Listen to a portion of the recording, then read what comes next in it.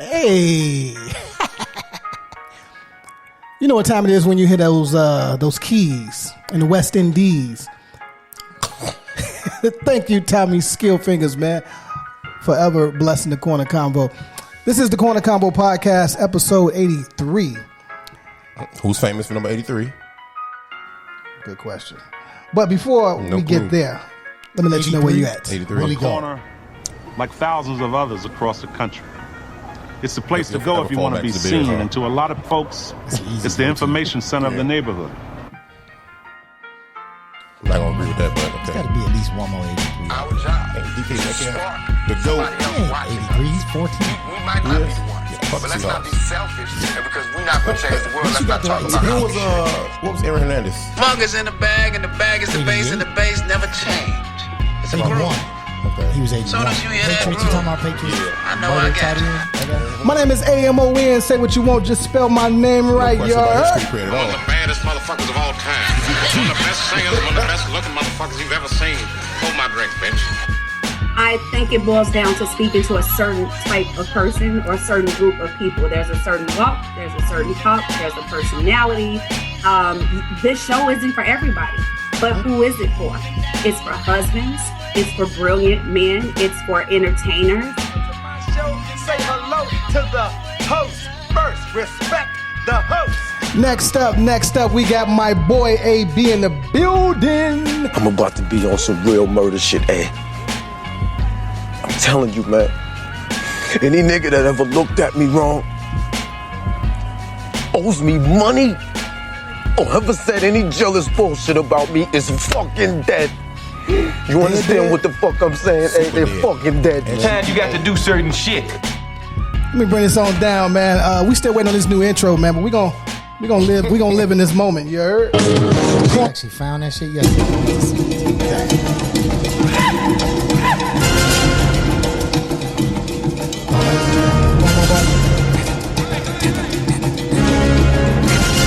I'm an African genius. So from now on, I'm an African genius.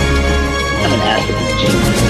I'm an African genius. So from now on, you will refer to me as the African genius. Corner Convo even hit the block. Man, you got a good rap voice, man. We might have to really put these bars down, man. Yawn. You know, this shade tree shit come from over here all the time. It is. It's gonna happen. So he can't rap? I didn't say that. I've never said that. Does he have a good DJ voice? DJs really don't talk much. Well, the old DJs. The old McKinley DJs. has Real DJs don't the talk voice, you know, that when you speak, he has to listen because either you think you're going to get in trouble or he's telling you something very important. Either way, you want to find what the fuck it is. You know what I'm saying? Actually, that's been... I can see why he's an educator or professor or whatever the fuck you want to call him. I have heard that in many a different environment. That is a very true statement. I don't like that shit. His voice? Yeah, That's yeah. why you can't learn shit, because Yeah, nigga yeah. won't listen. I You don't don't like talk about that shit. DMX like fill in? What? Or do some voiceovers. Now, voiceovers, I'm on that. I just realized you can get a Grammy for that, so I'm on that. Yeah. Who you know got one? Jay Ivy is in the category right now for... For what would you want poets. voiceover? Poets, Well, he's though. in there for poet, but that same category is audiobooks. People who narrate Oh, really? audiobooks. That's dope. What's your ideal Don voiceover, Cheadle though, is bro? in that. Is What would be your ideal voiceover? ideal voiceover? Yeah, if you do. Yeah. I don't know if there is a thing. I think I like, you know, That you would want to do. yeah, Something- yeah. I like the stuff that like Don Cheadle, Morgan Freeman, what's my man name? The deep voice guy. I like those Earl type Jones? of dramatic. Yeah, James Earl Jones. I like those kind of dramatic characters where you get to kind of have that deep texture and tone of seriousness and yeah, that would be. I'll some shit voice I over would do. porn, bro. That'd be my shit. I would. Good. I do both voices too, the girl and the guy. What? Come on, freaky Jason. I do both voices too. I couldn't do that shit though. I probably couldn't put that many words together. Voice over porn? No, just period, man. That's the other thing about voiceovers. You don't have to come up with the words. You're reading the script. Yeah, I'm That's terrible. not your. Yeah, it's not my So you have forte. to do like a basketball game, like be a color commentator or I something. see a montage. Yeah, color commentary. As she approached the symposium.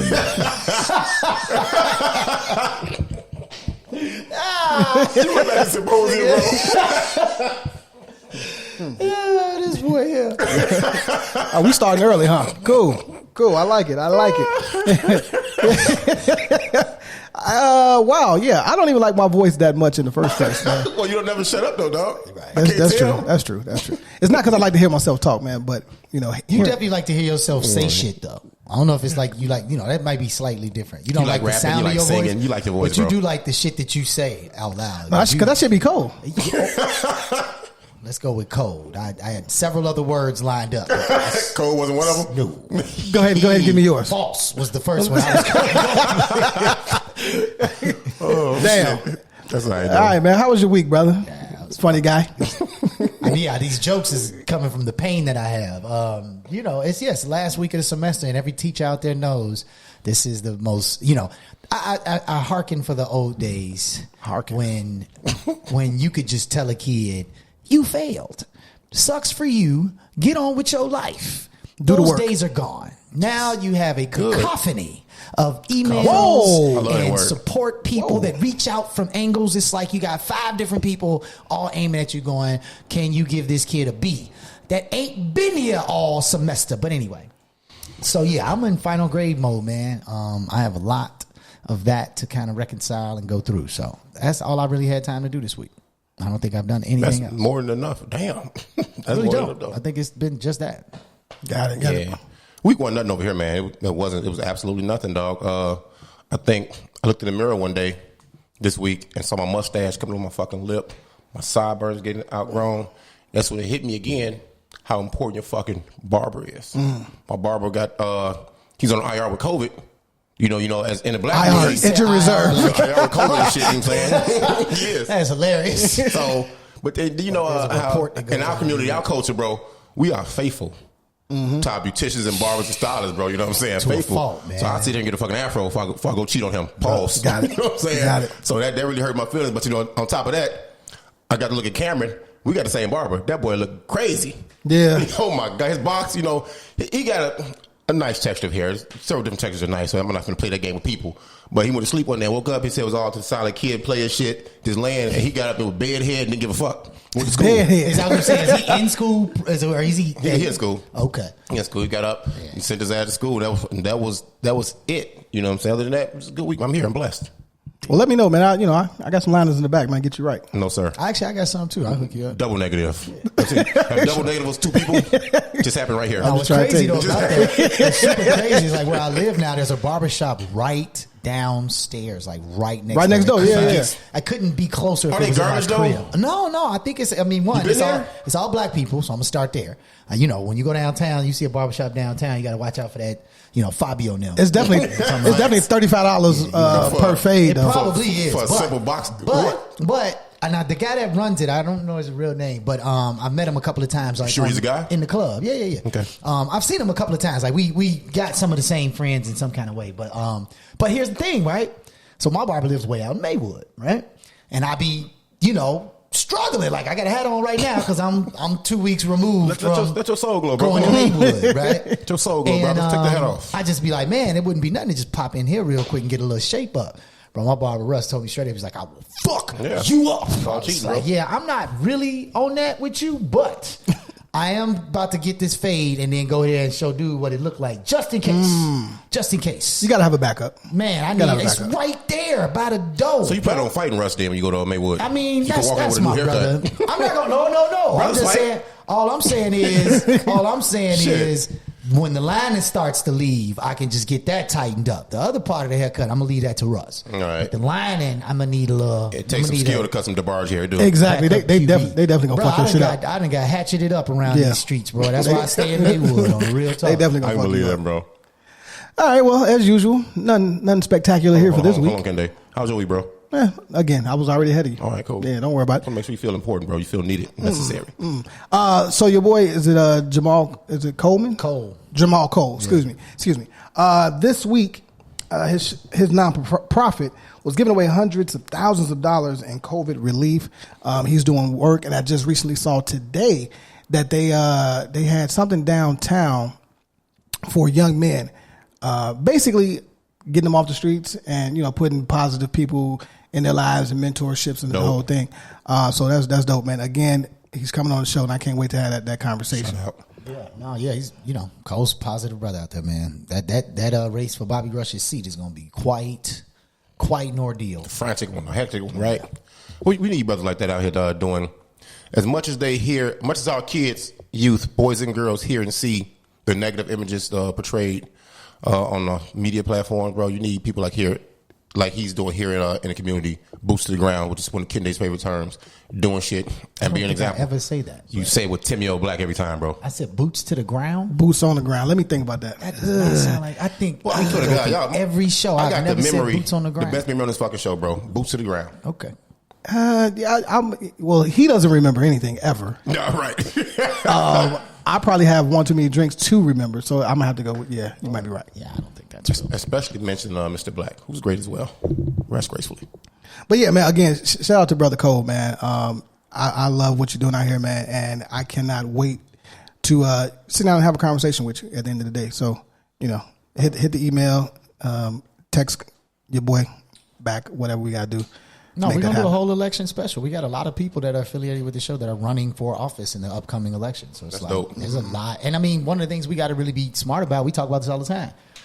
People just be going to the polls, clicking the box based on somebody's name. You need or information. Don't know nothing about them. So you need information. This is Absolutely. an opportunity for us to kind of offer some information before you hit. No, that's cold right there. That's cold-blooded. Absolutely. Also, again, we always got to stay in Chicago before we branch out. 7 public spaces each received $1.5 million in upgrades. Now, this was important to me for a couple of reasons. Let's start with where they're upgrading, and let's start with something that may be familiar to all of our Hoopers: Columbus Park. Cool. Columbus Park. They Right? fixing that slippery ass gym floor again? Yes. That's the yes. fuck they doing? Yes. Well, you go ice skate on that floor. I'm tired of them coming there fake mopping and then fake running the dust mop over it. Does nothing. You cross them out on the floor. You cross them out Columbus Park floor. Both y'all on the ground. I like how he said he tired of it. Like he be there every week just getting shots up. You know what I'm talking about? I used to, been in that man. joint for about 5, 6, 7 years. This last time I seen him hoop, he made it through one full run and then that was it. It was gas. That's the last time you've been to Columbus Park. Again. Not going to say my jerseys in the rafters up there, but I'm good. I'm good. Many a great hoopers I'm that good. come through Columbus. Exactly. No, I They definitely need that money. Double J used to open that gym up. Oh, but you know what though? On top of that, they ain't fucking with that gym. They going to the back of that park and put more space or more amenities to that golf course back there, or to the space in the back where people get married all the time. Well, they're also doing that to be very specific. The plans call for outdoor stage at the park for performances and movies, improvements to basketball and tennis courts, landscaping, and nothing about the pool. Nothing about the pool. So that was amazing to me. Ought to be joking every second. Warren Park, which is way up north on Western. I know what it is. I used to run through there. They don't really need too many upgrades over there, to be honest with you. I don't know how they can get their money back. Yeah, I don't know how they got that. Is it part of the build, the national, what is it called? The build infrastructure bill or something like that? I don't know which one this is, but like I said, seven parks received this. The ones that I won't be going to is Kelvin Park. Hey, look, all of my Hispanic brothers, you guys gang bang way too much for me. I'm never going to Kelvin Park again. We blew y'all out by 60. No, that's a real thing. I'm cool. Love y'all, but I'm cool. Hispanic cat said, all my black men, y'all gang bang too much for me. That's true. Yeah, it's not, So what's the okay. problem? It's not racist. It's racist. Have you ever been to Kelvin Park? Nope. Do you know where it's at? Nope. Okay, then. You might could pass through there. You might can get a pass. You might get a pass, bro. I ain't trying to be funny either, though. Me either. I'm not getting no pass. Yeah, nope. I'm getting skateboards and shit. And then they got Dr. Martin Luther King Jr. Library on 36 South King Drive. King Drive. Yeah, so I haven't been to the library in years. We have Google, so there's no need for me to go in there. I don't do the Dewey Decimal System and all that shit. I'm Where's cool. this money coming from? Yeah, that's what I think it comes from the Build Back America infrastructure. Something halted that plan, didn't it? To that effect. It was called Chicago Works Community Challenge. Oh, this is from okay. Yeah, that's an Illinois. A lot of these places need that money. I'm glad somebody or something or someone higher up is pushing money into some of these places, man, because once again about these kids, man, even for having event spaces and those are the things to do. You don't always have to go to a club and or somewhere like that. You want to patronize your local park and shit in the area, man. It makes it look good. That's how you beautify a fucking community right there. Yeah. But it's also the difference between if you look at the suburbs, how they got created, right? With like in the 40s after the migration up. Black folks were stuck in the city where all you had was kind of concrete brick and mortars. There were no parks, right? There were no no opportunities to go walk the dog. The park was the alley or the street. Exactly. Right? Like we put crates up in the alley to wrong with hoop, that? right? There were no basketball courts, crates. right? But what I'm saying is that's the environment that kids grew up in the suburbs because of all those green spaces, because of all that. They even talk about that with the housing projects. When they originally built the housing projects, that was one of the main attractions, is that you had all of this open green space for kids to go play around in. This new building with elevators. Like, we think of the high rises as the projects that they ended up being. You said elevators? But when it was first built, that was like super exciting. They felt like they was the Jeffersons, right? Like, we moving on up in real life. Right. So yeah, green spaces are a huge part of, raising children, because they have a place to go to kind of freely move around. And when you live in a city like we do, you can't go outside and run in the street. You will get ran over by a truck. You know what I'm saying? Not just a car, y'all. Truck. Yeah. Also, man, shout out to the YMCA for 2022, all of 2022, all the way up to December 31st of 2022. Membership will be free at the Rauner YMCA, which is a new facility. It's 2700 Southwestern. In addition to that, you can also get free membership if you live in the zip code 08, 23, and 09. That's confusing, though. That's confusing. It does, yeah, because it seems if like it's free, it's supposed to be free. Well, and but then, not for all of them. not exactly. The word, and I looked it up. They're doing for that community. That's goofy. And then my brain said, hey, look at the zip codes. It was 60609.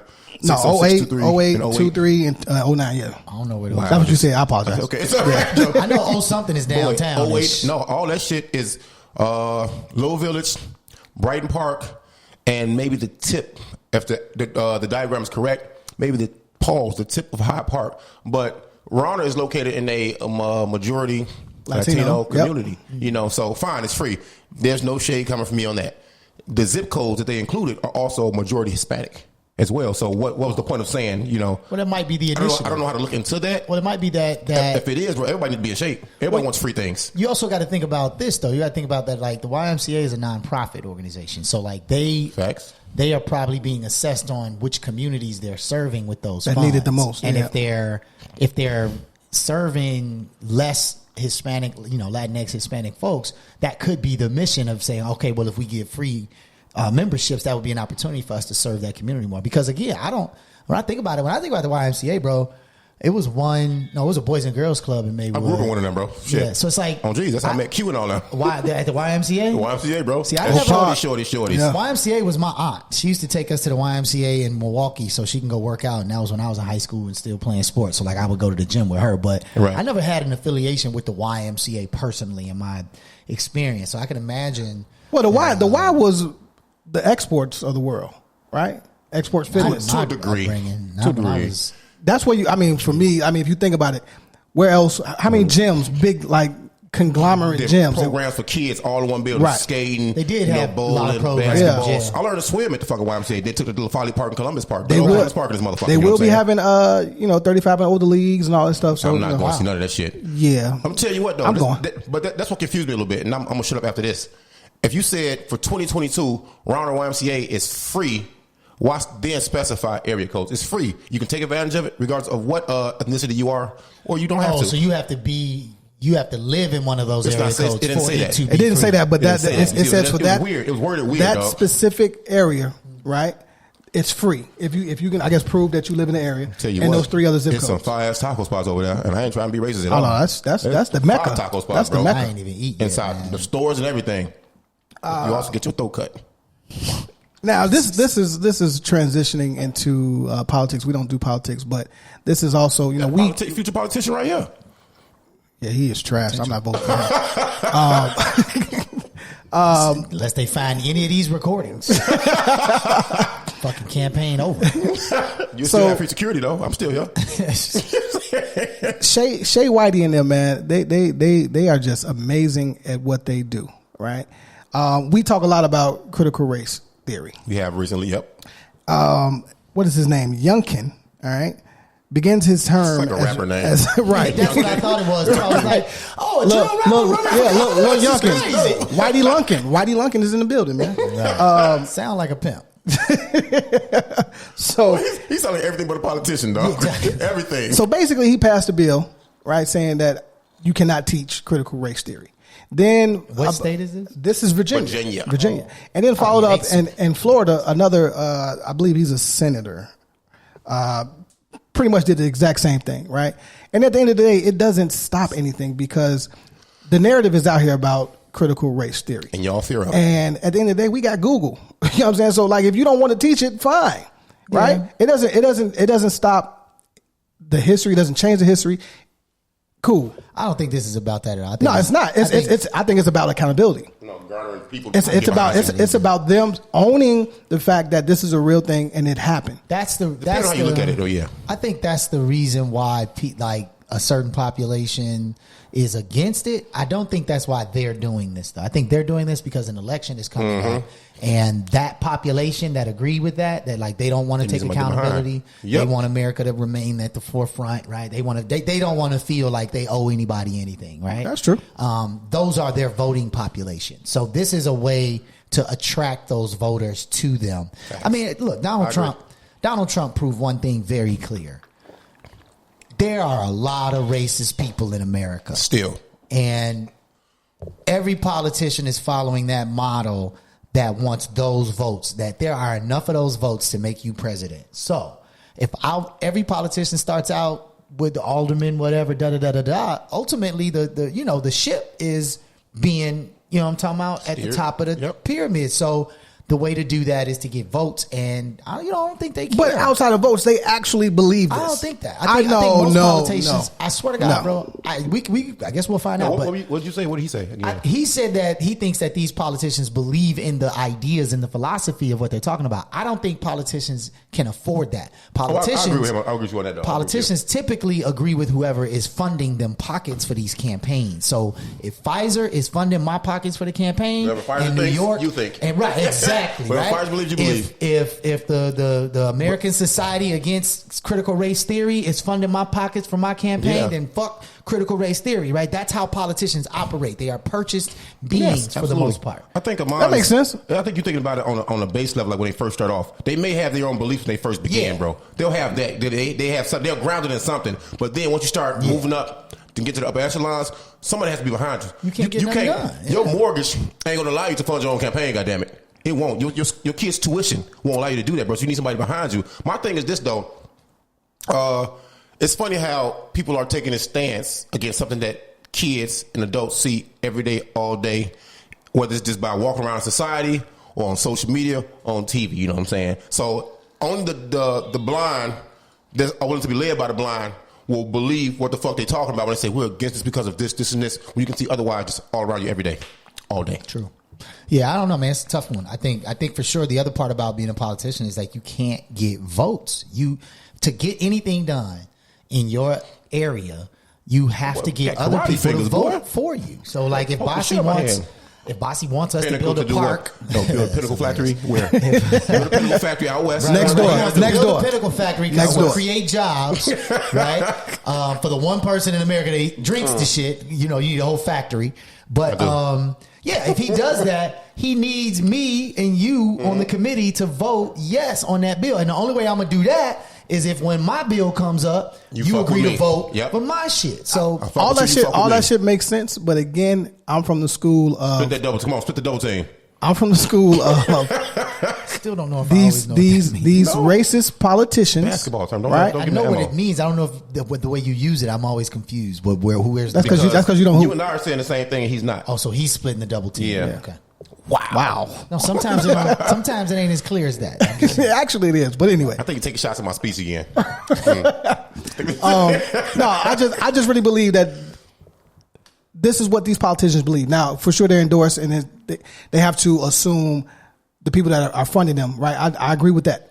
But there has to be something in you that says, you know what, I'm on that too. I've been on that, and now you make it easier for me to sign this bill and get it passed. I think it would be easier if we could expect that politicians were actually up there talking about what they believe in. That's the point.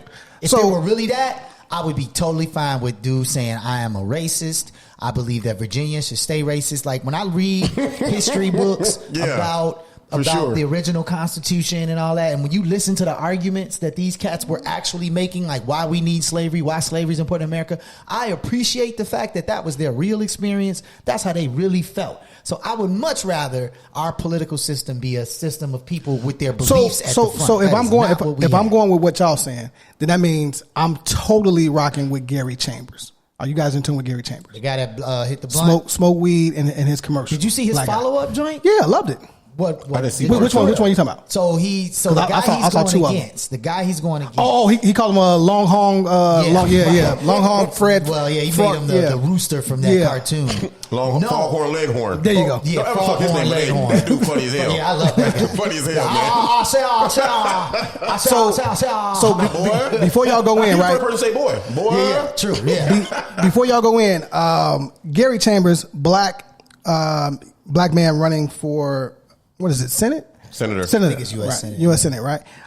He basically has an ad commercial where he sits down and smokes weed. And the purpose of the commercial is to say, well, look, in Louisiana, 40% of the blacks are locked up for weed. Mm-hmm. Say that shit. And they're getting exorbitant amount of time for weed. So he sat down as a black man to show, hey, look, we smoke weed. It's okay. I'm a senator. Vote for me. The guy that's been in office the last 20 years, this is what his policies are about. Right. You know. Yeah, he voted for all the highest penalties of mandatory possession, which is kind of what his point was. Even for recreational use. He said in an interview, he said that I did that because nobody was going to pay attention to a new person running for Senate in Louisiana, because nobody gives a shit about Louisiana. People care about New Orleans, but they don't give a shit about Louisiana as a state. Is what he said. Right. He said, so I knew I was going to get the attention. He said, that's the wow factor. He said, now I got it. Let me talk my shit. He started running numbers down. This is what was impressive about the shit to me. He said, Louisiana, 49th state in education, 48th state in healthcare. Like, he started running numbers down. He said, who's been at the helm the whole time? This other guy, Longhorn, Foghorn, Leghorn. He said, and then he started running the other numbers. This is what he voted for, and these, this, that, and the other. He voted against the infrastructure bill that would have sent billions to help build up things. So that was brilliant. That may be one of the most successful one-off kind of campaign steps I've ever seen. And I think that his point is to show that this guy's been getting re-elected year after year after year after year. It goes back to the original concession. Why? Why are people voting for him? One, voter turnout in Louisiana is very low. He gave people information too. It's very low. Voter turnout in Louisiana is very low. People that are voting are from a specific block, and all that guy has to do is continue to talk to those people, continue to do things that get them to vote, because the other folks ain't voting. And when you get locked up for half a gram of weed, you can't vote when you get out of jail. Right. So the black voting population has been degraded based off of those policies. They're very strategic about how they've been doing shit. So he did a great job. I definitely wish that young brother, much success. Much Hope he wins down there. If he gets any pushback, it's going to be from the traditional marijuana's a drug, it's a gateway drug, from the old heads, or some people that care so much about image. They'll say, hey man, it's not a good look for you to be smoking this and this and that and that. But the way he ran down, whatever he ran down, and how he's pushing himself to the public, it's absolutely dope. You know what I'm saying? I just want to know where you got the weed from. That's what I want to know. And see, is it any good? I gotta play this clip I don't because like smoke either though. This was some. It takes me again back to my point about Shay Whitey. They really feel a way about the black community. What's your message for voters of color who are concerned that without the John L. Lewis Voting Rights Act, they're not going to be able to vote in the midterm? Well, the concern is misplaced because if you look at the statistics, African American voters are voting in just as high a percentage as Americans. What? Yeah. I'm going to let you go first because I got a whole different... I don't even understand how he could sit up there and make this statement. African American voters are voting at just as high of a clip as Americans. He separated us so immediately. He split them right there. Immediately. That's really super goofy. And then, go ahead, bro. Go ahead. I have to process that. I already know what y'all going to say. I'm like, no, man, you always giving him a pass. I I do think that this person. I don't sound like that, though. I think he is for one. I think he has an implicit. I think he has an implicit bias against black people. Let me make that clear. I do think he has an implicit. My bias whole point. against black people. However, I also think this motherfucker is 82 years old and pseudo senile because I think it probably took somebody on his team to explain this shit to him 2 or 3 times for him to even understand what he said. And this is where I go back to the brother from Louisiana. It is time to get these 95-year-old white men out of these leadership positions. They've been there too long. Just like any other field and any other occupation, there is a time where it is time to retire. And we have been entrusting this country and multiple states, cities, and localities with the 85-year-old white man whose thoughts are jumbled in his head. He's been reading from a script so long, he don't even know the difference. You're killing me, Smalls. I think it's obviously racist, but it's also not going to matter in terms of the people that vote for him.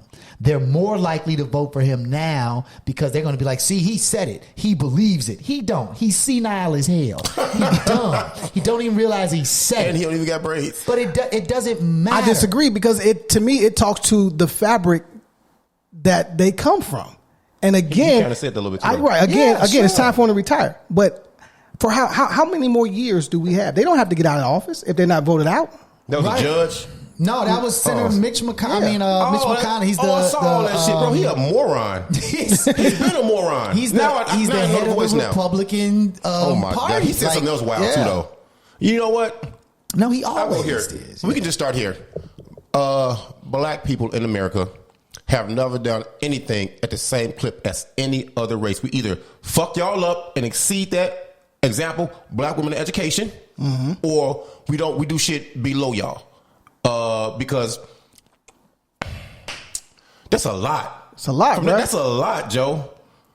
We don't do. It lets me know. Hey, y'all gang, we gang, fam, but we not the same as y'all. To put it in layman's terms, I'm gonna say that, bro. And to sit here and have him leading a group of people, a group of people. You know what I'm saying? It's just really, really fucking weird, man. And I got people at work that rock with this dude hard as hell. And lets you know it's in the fabric. And the ideology. And these people carry guns and badges and are in control of your freedom. Yeah. So they don't believe in your ideology. They hate liberals. Yeah, for sure. That guy hates liberals. Yeah. You know what I'm saying? Anything that isn't directed or direct and taking a stance to a side and isn't willing to listen to something else. Joe, it's really fucked up, man. But black people, we do not do shit like y'all do it, man. You know why? Because we've been through more in this country. I can't speak to y'all country. We all from. He said y'all country. I speak to y'all country. Right. Black America is different from the rest of America. Black America is different from the rest of America. And I ain't trying to split it up like he split that up in there. But you know, there's a black America. You know, before there was any other America, before there was an Asian America, a Latin America, there's a black America, in the United States of America, bro. We don't do shit like y'all do it, man. For him to make that statement, dog, it's just disgusting, dog. That's interesting. Super. Let me breeze through these last. These couple. Fast as hell, yeah, no, good job, great job. Shut up. I'm happy about this Netflix miniseries about Griselda Blanco. If y'all ever seen any I know you are. Say the name again. I didn't even know that. Griselda. Oh my God! Yeah, no. Did you get like you got the fan Benny club sent it text? to me. You on the fan club thing? Benny is a friend of the show. Let me be clear. He definitely reposted it. Where else? RSL. RSL. Shut out. So you already BMF is already on TV. Snowfall probably come back out at some point. Yeah, another dope show, another cocaine involved show, another narcotic induced show. How many times you got to watch motherfuckers sell dope? Tell us where it come from, how it gets here, where it landed at. How much do we got to do this shit? Sofia Vergara is fine as fuck. I'll give her that. She's a talented actor as well. You know what I'm saying? I don't got to see her no more ever in my fucking life. I feel that. I ain't got to see the story of Griselda Blanco no more in my fucking life. I ain't got to hear about Colombia, no respect to Colombians, no more in my fucking life. I ain't got about the poppy seeds. I ain't got about none of this shit no more in my fucking life. You can't tell us nothing different. The same thing about Malcolm X's documentary, dog. We ain't got any shit about this shit no more. Wait. So this is not about the rapper. No, this is about the person whose name is stole from. It's a chick. So she was the only chick at that time that was selling the most dope ever. Well, okay. I will say the reason why this probably makes sense a woman's is that it's a woman. Yeah. There's of all the things you listed, Dope has no gender. Those were fuck. That shit gonna sell. But of all the projects that you mentioned, those were men-led. Those were about men. We've heard the story of these men over and over. Are you calling Netflix sexist now? No, I'm saying they're trying to balance the conversation. To this point, though, super quick, one of the things we had our students do last week was sell dope. Go through Come on the corner. categories, right? I had 5 different movie categories. So comedy, drama, action, romance, and documentary. And what we did was using Google, your favorite source of information. Absolutely. You Google Jesus, you damn right. Google 2021 popular movies, right? And what it gives you that little side panel where you can slide through the pictures. And I was like, all right, so for each cover of each movie in this category, in the documentary category, I want you to count how many black men, how many black women. Gave them a spreadsheet. That's cool. Oh, yeah, that's dope. So they go through, right? Each period had a different genre. So you had romance, whatever. So first period had documentaries. In the documentary category in 2021, there was something like 32 black men on the covers and something like 12 black women on the covers, right? Mm-hmm. In the romance category, there were 4 black men. In the comedy category, there were like 20 black men, 13 black women. In the action category, there was like 2 black dudes, and there was 3 or 4 black dudes, and they were the villains. So we start asking ourselves, what does Hollywood tell us about ourselves through these categories? How are we perceived? We're only in we have the highest percentage of representation in documentaries because those documentaries are about jail. And they shaped America. Drug dealing, gangster life. Those are documentaries. So that's real life. These are real people. Right. Romance movies are all fictional for the most part. Black men don't fall in love, apparently, according to Hollywood. Right. We don't have love stories. Right. You're right. Action, we can only be the villain. We can't be the hero. There was only one black hero space in there, right? So when you look at the comedy, we all over comedy because there's a joking fashion about how we get through. Like to your point. So they think we're joking all the time. Not only do that, but we've used comedy as a way out, as a way into pain relief, stress relief. Into wealthy situations. You take your pain and laugh at it. The entertainment world, Bill Cosby, Richard Pryor, all Kevin of them. Hart said, "Laugh at my pain." Kevin Hart, all of them, right? So so to this point about like representation, I think Netflix, they're competing for their foothold. Before 5 years ago, dog, was no Paramount Plus app, was no Hulu, Disney Plus, was no none of that. Roku, so they had the game stranglehold it. Now they're having to fight for their position. So I didn't know that was. I thought it was about the rapper. Quick side note though, bro. I was having a conversation, and somebody was talking about exactly what you're saying about where we're represented when it comes to these comes to film and things like that, these documentaries. I was like, well, if you notice, all the things that you see black folks saying actually happened. These are actual experiences. The shit y'all watch and remake all the time. Like we keep remaking these. We keep Mission remaking Impossible, like even the slave movies. I'm shit. going even deeper than that. Pause. The shit that we keep remaking, like the black trauma, like Slaves and Detroit's dope game, Chicago's gang violence, LA's gang culture, bro. These things actually happen. The shit y'all remake, like vampires and fucking Vikings at sea, and this shit never happened. Y'all made this shit up. It don't even exist because y'all ain't been through shit in this country. Y'all ain't been through shit.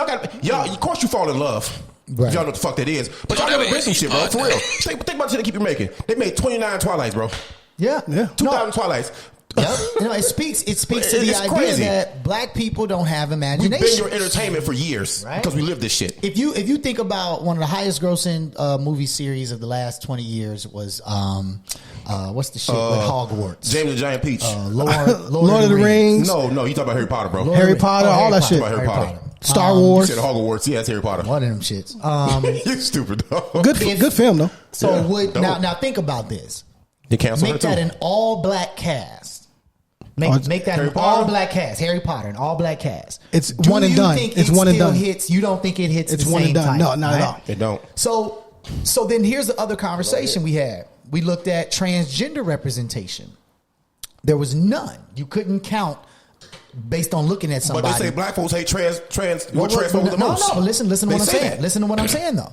So we know that Hollywood, when it comes to the people that make the movies and make the products, you have 3 main executive positions. You have the producer, the person with the money and the decision making. Who's going to greenlight it, yeah. You have the director, who actually is has to follow framing the creative vision of what you see on the screen. They tell the story, right? And then you have the writer who actually writes the words. And so the three of those, when you poll those three positions in Hollywood, when you poll those three, Hollywood, boy, hold on. When you poll those three positions in Hollywood, you're not gonna take that bait. There is a significant number of them that ascribe to identify as LGBTQ plus. So why aren't there more movies about transgender? And one of my students, credit to this kid, he said they don't believe that there's an audience there that will purchase the ticket to see the movie. That's a lie. And so that's where this conversation is about Hollywood. If they're the ones framing the images that we see and everything they frame every image we see. In every TV show, every movie, they frame those images, right? Those are created images, documentary or not. So if that's the case, then that says that Hollywood either has to come out and flood people with a variety of shit so that people can develop their taste, or they're going to keep giving us the same thing and we're going to keep buying it. So it's a back and forth conversation. At the end of the day, I hope this series goes well if there are people of color involved. Latino, man. If it's a white lady playing the Spanish drug dealer, no, it's not. I got a problem. There's gonna be some white Colombians in the movie to watch. We talked about this you know that last year about inclusion for black schools, your HBCUs, right? So NBA TV is showcasing the SWAC basketball tournament. Southwest. Yeah, during the whole Black History Month. I think that's a great look. The other day we called Notre Dame and Howard. Yeah, ESPN. Yeah. Who won by 40? Notre Dame won. No. Howard was getting busy. They were competing, and then towards the end of the fourth quarter, Notre Dame. Yeah, but I mean, again, what was the final score? But the exposure, I don't remember. They may have lost by 10, 12. But the exposure, the fact that those gyms, those schools are everybody national, won't in now. Because how many years have we watched Notre Dame, Michigan, Duke, Wisconsin, Duke, North Carolina? Like, been some good basketball. So as a talented young black kid in any sport coming up, you felt like those were the only places that were valuable to go, which generated more and more and more people going there. So this gives Howard an opportunity. Some little shorty somewhere watching some dude from Howard mix it up. That's going to become his favorite player. He's going to develop an affiliation with an HBCU. That's important, man. That's important. Shout out to Jamil Hill some years ago for saying, hey, why don't these top black athletes, or you want to call them African American for our other listeners, go to HBCUs so they can start getting the top players and start getting this money. Because they've been sold Georgia. They've been sold Alabama. They've been sold the big image because those are the only ones which are some of the still most racist states. She wasn't asking a question. She was making a suggestion. Yeah. No, that's the whole thing. Shout out to, now I wasn't in tune with this young lady's story. Excuse me. Lusia Harris, Basketball Hall of Famer. She passed. Okay. Officially drafted by an NBA team. The New Orleans Jazz. Crazy. She died at 66. Now that I would like to see 6'3". a documentary on. Bust your ass, boy. Yeah, that's there's no ain't happening. No, there's no. That's dope, though, man. Drafted by the NBA, and he don't think she could beat him. I'm not gonna leave it alone. So, how does it feel? We can call Cynthia Cooper, who I think is probably the unspoken GOAT, bro. Because she can hoop. She was the first GOAT for sure. Leslie. Just keep naming them. Candace Parker. She's newer. I'm talking about first NBA. Dawn Staley. All the female dogs, the guys on the court, dogs, guys, Chicago terminology say dog. I'm not calling them dogs. If you could get on the court in Chicago, we call you a dog. You know what I'm saying? The young folks say demons, all right? I don't say that. But think about being the only female ever to be drafted to play with the boys, to play with the men. You got that title exclusively alone. You a bad motherfucker. Yeah, that's cool. Is there any footage out here? I meant to look it up. Is there any footage of her? I don't know. What year did she get drafted? She was Kid Day phone because he got extra data and shit. you don't got news breaking shit, man. Well, I think it was like 60. I think maybe 63 or something like that. Okay. May have been like 63 if I remember correctly. But yeah, man, that's got to be a hell of an achievement to have on your wall. Something for your grandkids to look up and say, hey man, that's Granny. Granny did that. That's dope. You know what I'm saying? That's dope. Well, if we can find footage, that'd be dope too, though. Yeah, that's real. Yeah, I'm gonna go ahead and jump right into Black Excellence. If you find something, let me know. There is a black family-owned construction firm who was just awarded $7 million in contracts, including the JFK airport. So yeah, clap for that. Absolutely, bro. We're talking about a grandfather, a father, and a son, and the youngest son and his two children. have completely transformed the construction business for what they do. And being awarded this money, it's almost like the brother that we had on for Mr. Searles. Steve Searles. Again, Searles is he doesn't like the publicity like that. Right. But no, just to see this again, and we've had someone this close to the corner to talk about what it's like to transform these neighborhoods and be awarded so much money to make it happen JFK and change the lives. Right? That's New York Airport. Yeah. JFK, yeah. No, JFK is no. Yeah, I thought LaGuardia. What's LaGuardia is there and JFK. Okay, all right. So we got two airports too here, bro. Yeah. Okay, makes sense. You ever been through JFK? Yeah. And LaGuardia. Which one's cheaper? Both of them trash, bro. They just start redoing all LaGuardia. Airports work. How come it ain't? The cheap flights come out of Midway. Fuck you mean? Don't do that. Don't do that. Now, see, there you go with that bullshit. Don't do that. First of all, you stupid as hell, dog. Airports don't determine rates. Airlines do now. So the cheap, hold on, the cheap flights go through Midway. Yes or no? Certain planes only come through O'Hare. I get what you're saying. American Airlines. Exactly. But to his point, Southwest is the worst. Southwest is dope. But Southwest is one of the cheaper ones, which goes out of Midway only. And goes everywhere. Not ain't no here, not too long. And goes everywhere. That's my thing. But to what he's saying, airlines determine the price. Yes. I don't give a fuck. Okay. But air traffic control. If you try and fly from Milwaukee to LaGuardia to JFK, it'll be more expensive than going from Chicago to JFK. Yes. It's about how many flights come into a place. Exactly. Not where it is. You just know too much for me. I'm sick of this shit. I fucking flew for a living for a long time. You know. Doing what? Stewardess? I don't know. What were you doing? He flew for a living. So when you flying the plane, explain this to me, man. Managed over 25 nursing home and assisted living facilities. I just learned something new about my brother. For their Medicare reimbursements. I was a software trainer. I literally was on site training the story is much better though, bro. Administrators all the way down to the CNA. Are you part of the Mile High Club? No. No. You ain't on that? Nah. Okay. Bathroom's too small. It ain't that fun. It ain't that fun. I don't know why anybody's so excited about that. That's hilarious. That's so goddamn dumb, man. All right, so it's topic time. And no, hold on, bro. Hold on 1 second. Oh, we ain't got to talk about this at all.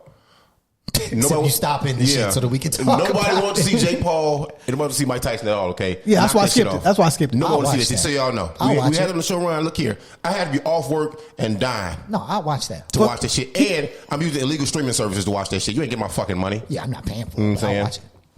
Big facts. I stopped the show. I did though. We're not gonna talk about this. But everybody else shut the hell up. All right, let's just start here. Fuck it, man. Is being poor a choice? Yes or no, and or why?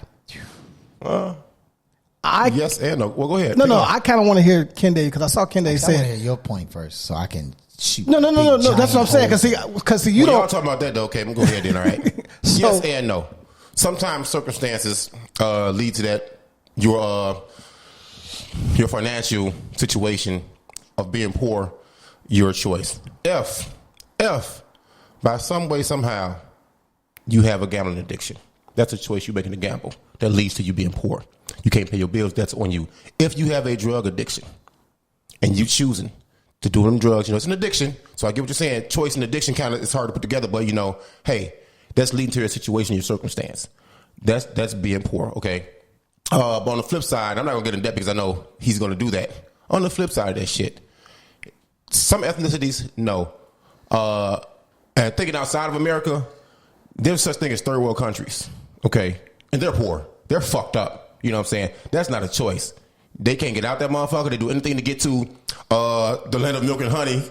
Milk and honey. Yeah, which is supposed to be here. The land where they take your sick, your poor, your huddled masses. That's on the bottom of the Statue of Liberty here for freedom. They come here, and even though it's shit here, it's better than where they are there. They break their necks and die in heated ass and super overheated ass truck carts and carbons or whatever, and all kind of shit die at sea. I hate bringing it up because a lot of people died at sea of ours, our ancestors did, to get here to another shit place because it's better than their shit place. No, in another sense, because some ethnicities in America, the system was never set up for us to work and fail. So we can try, we can have 8 hands working at the same task and still can get ahead because, it's not set up for us to win, you know what I'm saying? But I'm going to stop short there. So I know my man here got the way he responded to the question in our group, bro. I'm like, go ahead. Because he don't respond to shit. He don't respond to nothing. So that one hit a nerve for him. That one hit bro, you're not that active, bro. I don't know. Number one, just because y'all send 47 texts in 20 minutes and I don't respond to each one of those. No, I'm not talking about the group text. I'm talking about the actual Facebook page. Social media group. Because when you like, oh man, don't get me started. You be fake working. So I knew you were on one. So can you hold that thought for a minute? Yes, so I'm interested in what you have. I like what Abasi said. If you're talking third world country, I don't think it's a way to get up out of that unless you leave the third world country, right? And you may not have the finances to do that, right? So maybe being poor there isn't a choice, or even education here. But there are rich people in those third world countries. So we're not talking about them there, right? What I'm saying is, it's poor choice. First of all, let's quantify what is poor, right? Is making 40 grand poor, not having a job, making 100 grand that poor, based check to check in comparison to who, right? Wage poor versus poverty. Is that kind of what you're saying? Exactly. You can make money. You can make a wage that's not livable. Right. Because outside Chicago, Illinois is so far below the poverty line, it's unreal. Okay. State by state comparison, outside of Chicago, Illinois is so far behind below the poverty line. It's crazy. So is poor a choice?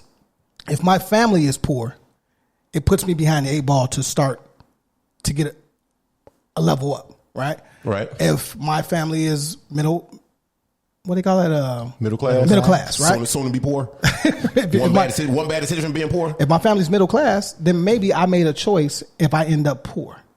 Right? Okay. If my family's rich. But that would be like the addiction I'm talking about, though. Right. Addiction, gambling. That's the choice for me, right? In my mind. I do think there are things that you can do if you don't want to be poor. Like what? You get up ahead on your ass, have a dream, chase it, figure it out, change your circle of influence. Does it always pan out? It doesn't. But guess what? Okay. If you try to change your circle of influence, things will begin to open up. Doors will begin to open up. The part about the choice is if you don't do that, then you are choosing to stay poor. So exactly. Right. I don't know. I think that's how I see it. Right. That's how I see it.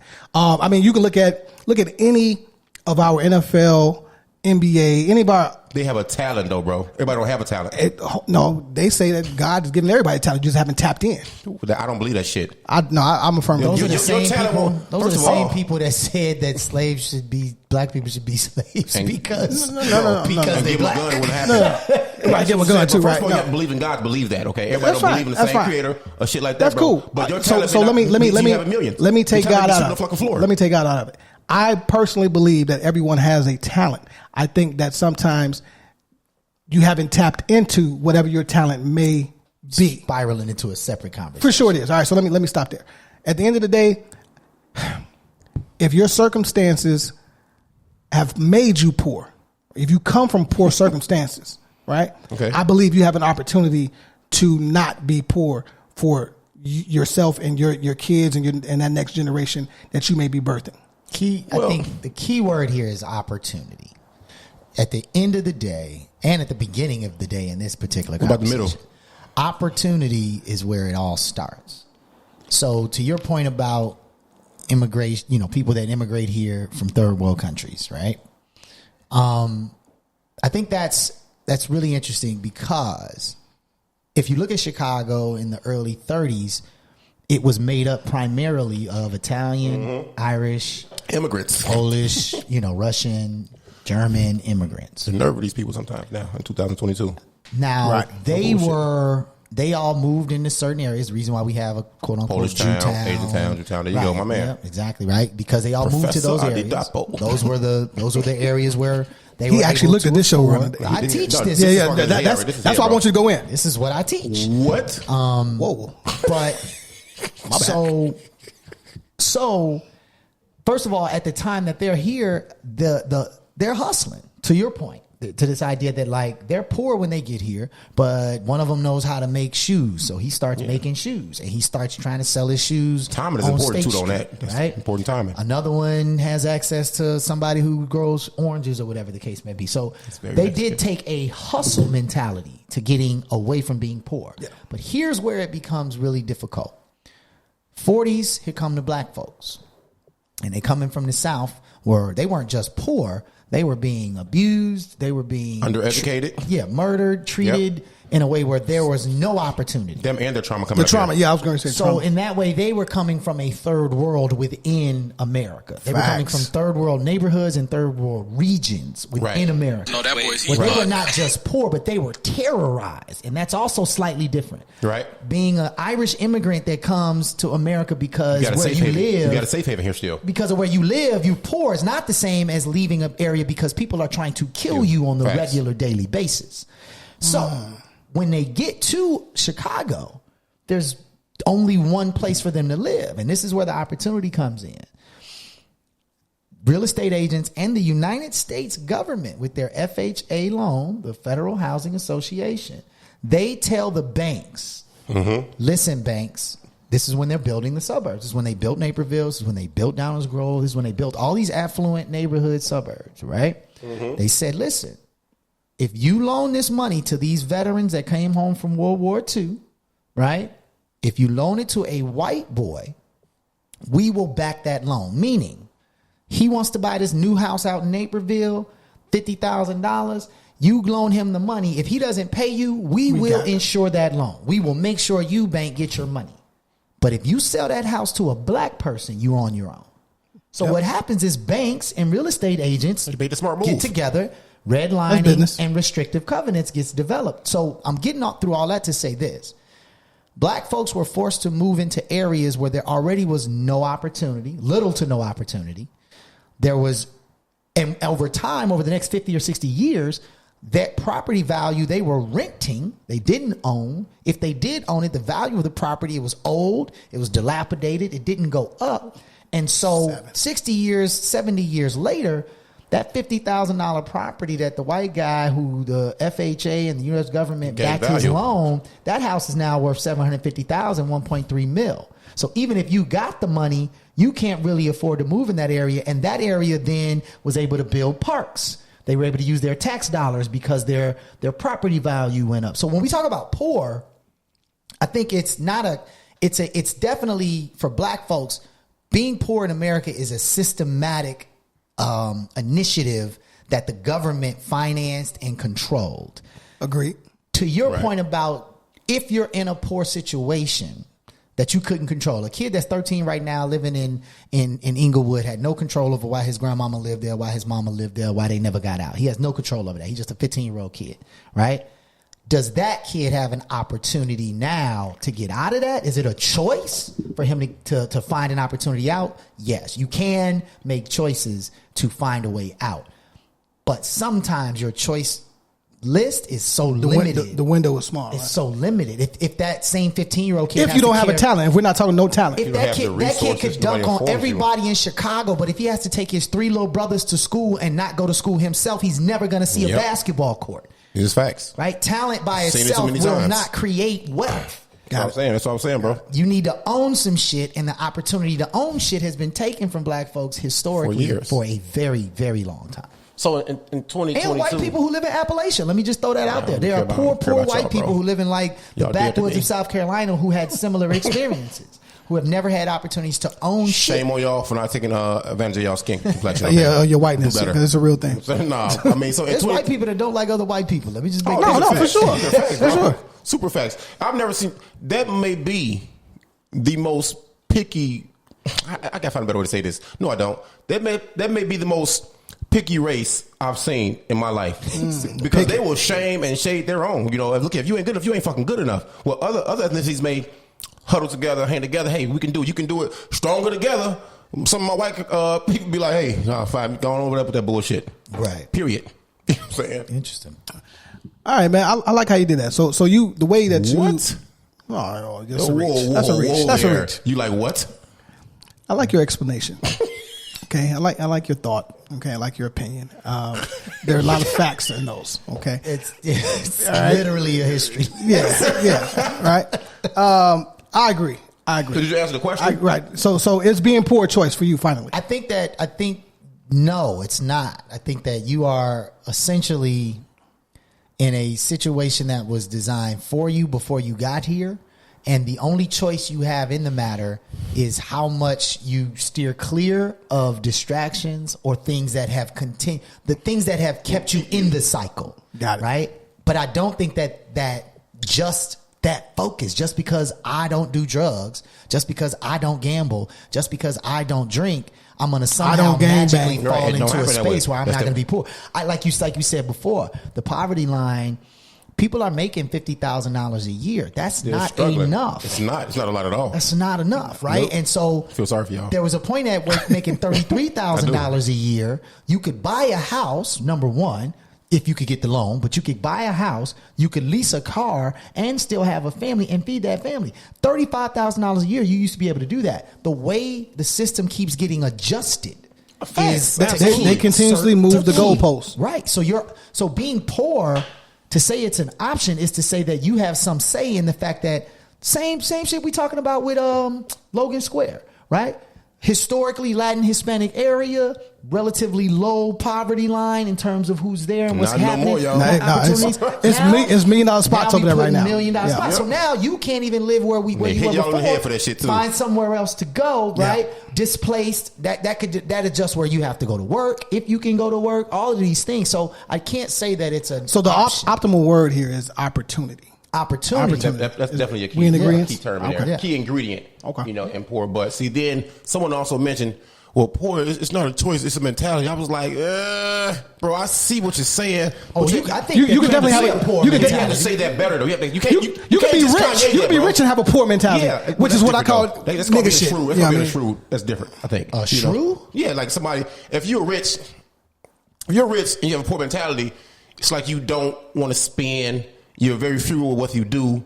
You still and I see that. I thought I was looking at that. Yeah, I completely see that. Poor mentality. Okay, got it. You're rich. When you said poor mentality, so I think you can be rich and have a poor man's mentality, meaning an inheritance, right? Okay, but you only want to live in the hood, and there are people that do that. I don't know. In my mind, that's a poor man's mentality, right? Let's say you're not investing, right? You don't know. Right. Do you know how to invest? Yeah, somebody taught you how to invest. You can, but you have access. But that's what makes it a poor man's mentality. So rich dad, poor dad, right? Robert Kiyosaki makes a great argument, right? Fuck him. That he had his original dad was an immigrant who lived, worked very hard and did not make money and didn't know about money. Had a poor man's mentality. Didn't understand money. Had a poor man's mentality. He didn't know how to make money work for itself. Nobody ever taught him, right? All you knew was work hard, save your pennies, do your best, right? But then he had his friend had a very rich father, like, investment banking guy, whatever. So when he would spend time with his friend at his friend's house, his friend's dad was teaching them about investment strategies and real estate, and how to do compound interest and all this. And so he wrote the book Rich Dad, Poor Dad to describe that thing that his father. I read the book before. Yeah, his father. He built a whole empire a long time ago. He sold more copies of that book to tell people about rich mentality, poor mentality. That now he's wealthy off of that fucking concept alone, book. Right? Yeah. So, but I think that's what you're trying to say. That's exactly what I'm saying. You can have access to capital. Not perfect. I'm a somewhat of an example here. I didn't get a credit card till 2 or 3 years ago. I never took a student loan because I was terrified of taking $20,000 from somebody and not knowing how to get it back. I was just scared as shit. Like, I don't want to tell somebody that I want to put, I don't want to sign my name on some shit for $20,000 because I ain't got $20,000 and I don't know what that's going to lead to. I don't want that to come back and bite me in the ass later, right? Got it. So credit will fucking do that. To your point, I didn't just sit there. I took whatever options I had within me, which were go to a state school because I got a discount to get a scholarship, right? To do work study. So I took the options to get access to the degree without the loan. But fast forward out of college, no credit card, right? Now it's hard after that boss. Same thing. I didn't want to start charging shit on a joint that I don't have money for, and then that come back bite me in the ass later, right? I waited far too long to get a credit card because I could have been bought property. When it was time for me to buy property, when I had opportunities to buy property, I had no credit. You had the right credit, right? So poor man's mentality is still not being educated enough to know how to generate wealth. But if you are in a situation where you don't have time to think about generating wealth because you have to hustle day to day to pay basic ass bills, that's a difficult conversation to say it's your choice to live in that. It's the opportunities aren't there for you to do. Another aspect of having a poor mentality is doing things to sabotage your success. And a lot of people do that shit a lot more than they fucking know. Mm-hmm. You know what I'm saying? Like, you may have money, but you have bad spending habits. You know what I'm saying? Instead of buying, like Joe, the perfect example is this: you motherfuckers that got this PPP money, and then some of y'all went to jail for buying these Birkin bags and saline bags, you know, and these shoes and new cars. We still got old car notes. Pay your car off. You got this money now. You can go get a building. You got this money now. Instead of making your liquor pouches in your crib, you know what I'm saying, making your home, your baked goods in your crib, you can advertise this shit now and get it out more. You can do that. That's a poor mentality to me. When you're wasteful, you're sabotaging yourself. That's a fucking poor mentality, man. And I see that type of mentality more times than we fucking know. And people I love and no one care about. That's probably what it is. Yeah, and I tell them, Joe, I'm doing okay in my life. I want to do much better. I'm not satisfied. Being satisfied where you are, is that a poor mentality? Yes. I say yes. Yes. Being content. Yes. Content. Unless you got what they call that shit. Fuck, what's the name of this money? What? Old money? No.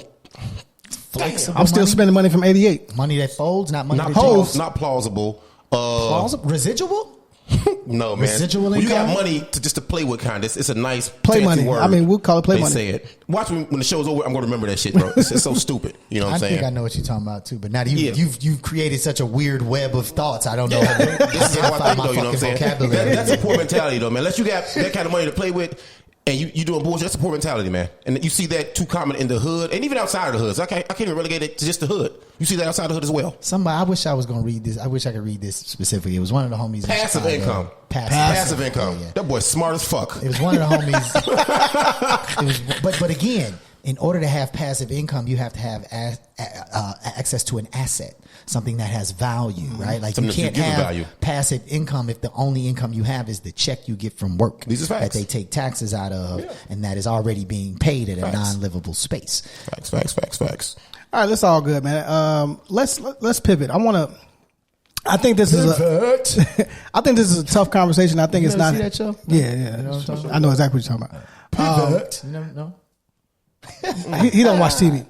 It was definitely white. Did it come on TNT? It's Friends. No. ESPN? No. I think this is a topic that maybe is ignored or not talked enough about. I know it's all over the media and you see it in your TV shows all the time. But he just said I don't watch TV. Or your movies, whatever, right? But as parents, right? And you have 300 and some odd kids in your career, right? Sure. In your life, yeah. Every year. If your son or daughter told you they were gay, how do you react? You don't react. Personally, I wouldn't be personally. I wouldn't flinch or blink. I'd be like, hey, when did you know? I'd ask questions. I'd get information from them. You know what I'm saying? But speaking for everybody else, my advice to everybody else is you shouldn't react. You should find out when, where, how, why, and are you okay? What do you need? You know what I'm saying? After you find out they're gay because they're telling you, because I have a friend, no bullshit, who just found out and she's not sure, and I don't think the boy is sure, and she don't either. So this is not me talking. The boy came home and they said, Mom, I think I'm gay. I think I'm gay. She was like, well, how do you know? She didn't know the right question to ask because he didn't know. He wasn't sure. You see what I'm saying? And since he said that, he hasn't come back and said it again. And now he's hanging, he's doing stuff that they haven't had this conversation further. That was just kind of the end of it. No, she's let him bring it to her. Right. As he feels comfortable. She's not pushing him or prodding him, and she don't know what behaviors to look for because look here, y'all, gay people do not have a certain behavior to look for. Aha, that's right. It don't work like that, bro. It don't do that, man. I would be supportive of their endeavors. I would help them be informed. I would even find my gay friends, let them talk to them. See if there are any groups, support groups, information you can give them to further their understanding of sexuality. Then comes the conversation, because people think then comes the conversation we have with our children. Let me slow down a little bit, okay? People think it's relegated to heterosexual relationships. No, it's also should be with homosexual relationships, the birds and bees conversation. You have to have that. You know what I'm saying? So I was going to say, my question was going to be, how do you respond? And y'all have children. You have a son, might be slightly different, maybe not. You have daughter or daughters. How did you respond when they first made it clear to you they were having sex?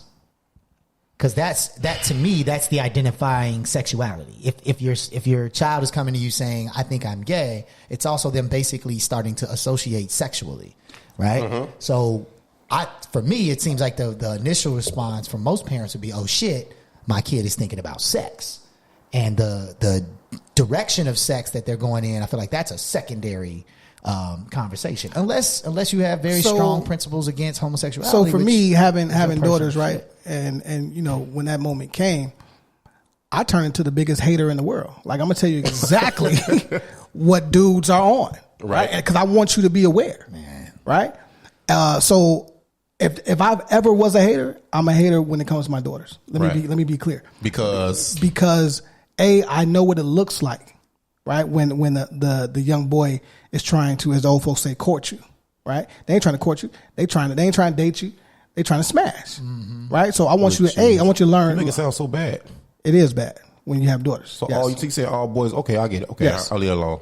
So for me, it was more like, okay, I wasn't ready, right? I'm not ready, right? But I got to get ready. So you felt like you were giving her all the keys to how a dude will hustle to get it. Yes. Let me tell you one thing about that philosophy. I did the same thing with my little sister. She's 3 years younger than me. When I was about 18, 19, I was like, you know, I started seeing it clear that like cats was at her, and she lived in a whole different city at this point. So it wasn't even like I could just roll up long distance big brother and shit. Like hate on her in real life, right? She's by herself. So I did the same thing. I was like, you know what? I'm going to break the game down to you. Let me tell you exactly what dudes be on. You know what that did? It led her right to them type of dudes. You know why? Because my sister still looked up to me, and and your daughter looked up to you. So when she said, this is what dudes be doing, she looked at you and was like, well, you a dude, and this is what you say you was on, and this is what your cats be on. So those are the kind of men that I want. And I didn't know this until, that's crazy, man, maybe 10, 15 years later, when it hit me really clear that it was when I had that conversation with my sister that all of this shit started. It wasn't that she saw that as that's a guy like McKinday. Don't do that. Red octagon, a guy like McKinday. That's my brother. That's my man's. He's cool. Chicks like him. I'm gonna rock with this guy. So I think that's the difficult part. I kind of like your response in the sense that I'm gonna ask questions. But see, as parents, right?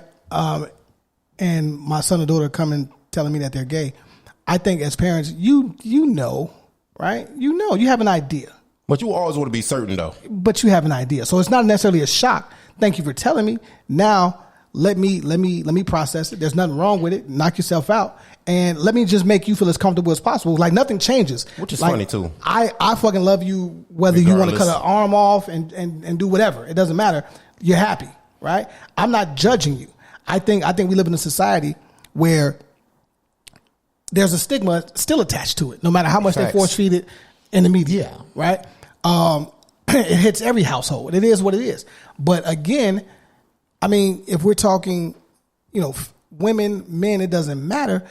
I'm scared more so for the guys or the young boys that come out, because they're probably bullied, which can lead to depression, which can lead to suicide. Possibly. Right? I don't think the women, and I could be wrong, and please let me know if I am, the women who come out, I don't think they maybe have that as much as the boys. Do you think it's more acceptable to be a gay woman, a gay girl, a gay woman than a gay boy or a gay guy? During the high school years, adolescent years, for sure. Okay, for sure. So my fault, really quickly, bro. Yeah. It's 2022, so we can have these conversations and move along, you know, kind of seamlessly for the most part, because we've been exposed to a lot more, whether we like it or not. Our parents and grandparents, they could only respond to how they were taught. And a lot of them were taught through the Bible and what the Bible says about that kind of sexuality, that angle of sexuality. So their responses were much harsher than ours would be, I believe. You know, you still have some caveman-esque. I like that. Saying? Make the words up. Yeah, make that shit up. You know what I'm saying? Brokeify. In our days, from our generation, they still believe, you know, and because church hasn't went away, You know, those teachings have not went away. And when what you're taught and how you're educated, that's why I said educate your kids when I was initially talking, how you were educated about this type of topic, only it lends to how you respond to your child nowadays. Now, I had a cousin, may he rest graciously, man, my favorite cousin, Big Loss. He was gay. Nobody knew for a long time. I knew it was different. I love Big Loss. I miss him to this day. To this very fucking day, I miss Big Loss. My friend Terrell, who I met late in life, who was killed in Mississippi. I miss Terrell. I still think about him and his sister, China, man. Two wonderful, wonderful people, man. You know, and the more we learn to accept what we aren't familiar with, and it may not be harming us, the better off we'll be, man, because we can respond to situations that we aren't familiar with and that aren't our situations more educated. Yeah. We're more past, you know what I'm saying? We're more love in our heart. I think it's interesting because there's definitely, I heard a recent story from somebody like close to the family where your point about this idea that like it's more acceptable for young girls to experiment. Some of that comes from what we are taught in gender roles in society, and that a lot of that conversation comes from the male dominated culture, right? So the idea that a man can have a wife and a mistress and that's okay, but a woman can't have a husband and a, mister, I guess is how you say that. I don't know. I think they have all the dick, baby. Have all the dick you want. That's kind of a longer historical ideological thing. But in current times, these young people, I think actually in real life are not sure about what sexuality is. They do have all of this information. Say that shit again, dog. Like we didn't have anything remotely close to the phrase LGBTQ plus we had GAY right. and HIV. It was gay. No, we thought if you had HIV, you were gay. Well, right. Yeah, I mean, that was part of that was in some cases. But I'm just saying, like, that's all it was, though. But I'm that's saying, all it was. as a community, gay was all we had. Right. GAY. They have a more specified range of gender and sexuality to contend with. So they're going through each of those: lesbian, gay, bisexual, transsexual, non-binary. You know what I mean? Like they're going through queer. They're examining multiple lanes in sexuality and gender, whereas it was either gay or not. Right? Yep. Facts. So that's crazy as hell too. So I think that the element that they're accepted, I don't know if that's a real thing anymore. I think that everybody is kind of trying to find out how to associate with whichever lane they fall in. And I think kids now may be more, I'm not going to say the word confused, but I think they may be more, they may be looking for more answers than simply a young lady who wasn't attracted to boys was in 1992, right? Like I went to prom. We talk about this all the time with a girl who was a hooper. Your outfit was trash on prom too. God, the outfit was trash. Everybody, like she always hung with the homies. That boy had on the JW special. You never saw her in a dress or nothing like that. Right. And so to your point, we all kind of like, it's assumed she's gay. Now we never had that conversation. Right. And each family, you talked about the Christian perspective. I think what's really interesting about the Christian perspective is that it's also in the Christian perspective where we found one of the models of gay black men.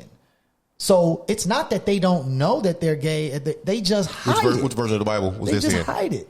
No, the black choir director.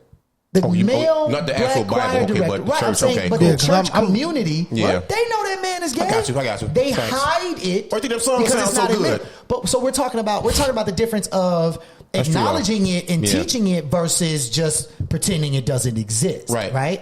So yeah, I don't know, man. I think to answer the original question of how do you respond, I think Abasi, had a good answer there. It's just like you ask questions, you make yourself available for that child in the same way you would if that child had just told you, I'm thinking about having sex, regardless of who they're thinking about having sex with. Let's fast forward. We got a DeLorean, right? We for the time travel. Mm-hmm. We gone.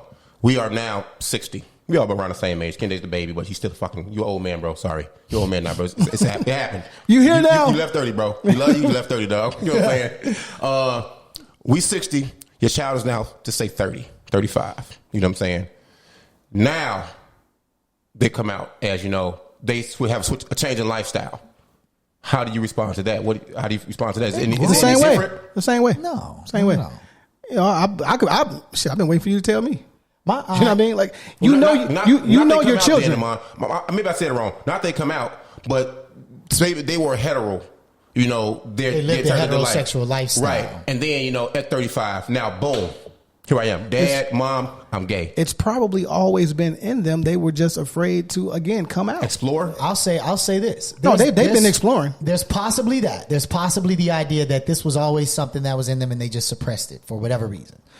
But I'll give a real example, man. There's a member of my family, gay woman, has 3 kids, was married for a considerable amount of time. That's what I'm talking about. Is now married to a woman. And some of, and I don't, i.e. Candace Parker, trauma leader there. I'm not going to speak for her specific experience, right. but there was abuse involved in the heterosexual relationship. See that. So there is also the idea that this is when we come back to this, compassion is not gender specific. Right? Oh, my mama. Care and love are not gender specific. So if I am in a heterosexual relationship and the woman I'm in the relationship with is toxic and she is not doing anything to help develop me, and I leave this toxic relationship to go with another woman and stay in a heterosexual relationship, I didn't leave that relationship because I'm heterosexual. I left that relationship because I wasn't being cared for. If I go to this relationship and it's a woman and she's caring and she's tolerating, shit, and she's helping me develop, then that's care. I'm in this relationship because of the compassion and the connection I have with another person. See? If I think that the idea that you can do that with someone of the same sex, I think that is more of just your personal comfortability and particularly probably something with your upbringing and background. And that's beautiful because that's the old saying, and it's an old song, love the one you're with or love who loves you. And people always thought that was, hey, man, this girl was being abused by this guy, or she don't love this guy no more. This other guy gonna love her, or vice versa. You know what I'm saying? It could be a whole other woman or another man that loves you. There's a hell of a TV show about this. I forgot the name of it. This Is Us. 2 old white actors, man, but they did this. They're both married. Their wives and husbands were best friends, and they started a law firm together. And then in their retirement years, the guy retired. Watching, turns out these 2 dudes have been with each other the whole time, and so they break up. What is it? Yes, who? Grace and Frankie. Hilarious show. What the fuck you be watching? Absolutely. Yeah. Oh, it's an amazing. For the great actress. The actors in it, I mean, it's a phenomenal I'm not show. in tune, sorry. Grace and Frankie. It's a hell of a show. TNT? But the point of it is, no, it's Netflix. The point of it is that these men are in their 60s and 70s when they become comfortable admitting that they are gay, even though they've both been married, their wives are best friends, and they've got all. But look at the age. Look at the time, the era that they came from. This fucking long. My point is, you also see in the show that they don't not love their wives. It's not that they don't love their wives. Right. They still give their wives all of the same propers that they gave them for in the relationship. The difference is sexually they enjoy each other. So are they lying to their wives or themselves? They were lying when they were not telling their wives, but when they, that's definitely not okay. I'm trying to get at this point that he raised is, if they come out later, does it automatically mean it was something they were suppressing? And I think in that show, they were heterosexual men at the time that they got married. They lived that life for a long time. It wasn't until those 2 men decided that they fell in love. I don't think they were gay on the inside and waiting. Man, hold on, fam. What made you click that? It's a great show, man. I enjoy all these titles. Silence. I enjoy excellent writing. What made you pick that? I enjoy excellent writing. Did you know it was written that way at first? No, I was trying to ask you that. Excellent writing, excellent actors, and it might have been something I just clicked on at first, but it's a really great show, man. Really good actors, really good writing. Shame on y'all. It's hilarious. That's cool. All I know is I don't foresee myself coming out like, you know what? I'm gay now, right? I just think, and I could be wrong, right? To use your example, they were living a lie, and then they got comfortable enough. It was weighing on them way too much. Like, fuck it, you know what? I don't think that's it. I don't think it was them living in a lie. It makes it acceptable? It's more accepted. Okay. So, and our parents are in their 60s and 70s. It was not accepted when they were 15, 16, 20, 30. Right. It just wasn't. Well, it could affect your ability to earn an income. It'll throw me way off when my dad called me and be like, There's nothing. Everybody looks for a chance and opportunity to live their truth. Who doesn't on this earth? Who the fuck do not want to live their truth? Right. I'm just saying, sometimes it's not an easy path to get there. I get that part. The other part of this conversation is like there's a group of people that really feel, passionately and, scientifically they feel like it's proven that you can be born gay. There's another group of people that feel like you have to be around something or you have to have some experience that pushes you in that somehow, some influence, right? Without having that conversation, I'm saying that I think it's totally possible to be heterosexual for a portion of your life and be homosexual for a portion of your life as well. I do not necessarily think that there was some hidden thing in them necessarily, at least the way they present the story. All right, fair enough. I don't know. I mean, it'll be different for different people. For any of our LB, can you say that? Because I don't want to. LGBTQ plus. LGBTQ plus. I'm sorry, LGBTQ plus. No, QIA plus. That's what it is. Okay. For any of y'all that's listening, tap in with us. Comment on YouTube. Get on the show, whatever, subscribe. I would like to further this conversation because I think it's not had enough. I mean, we got to have somebody from the community. That's what I just said. Oh, I thought you said tap in. Okay. Fuck you looking at, fam. All right, man. It's the Corner Convo, man. Episode 83, man. We out, man. You hurt? Y'all good? Yeah. You sure? He didn't want that smoke. That's what that. He didn't want that smoke. They on the corner. We are downtrodden. We are denied not only civil rights but even human rights. Saint in the building. We on the corner.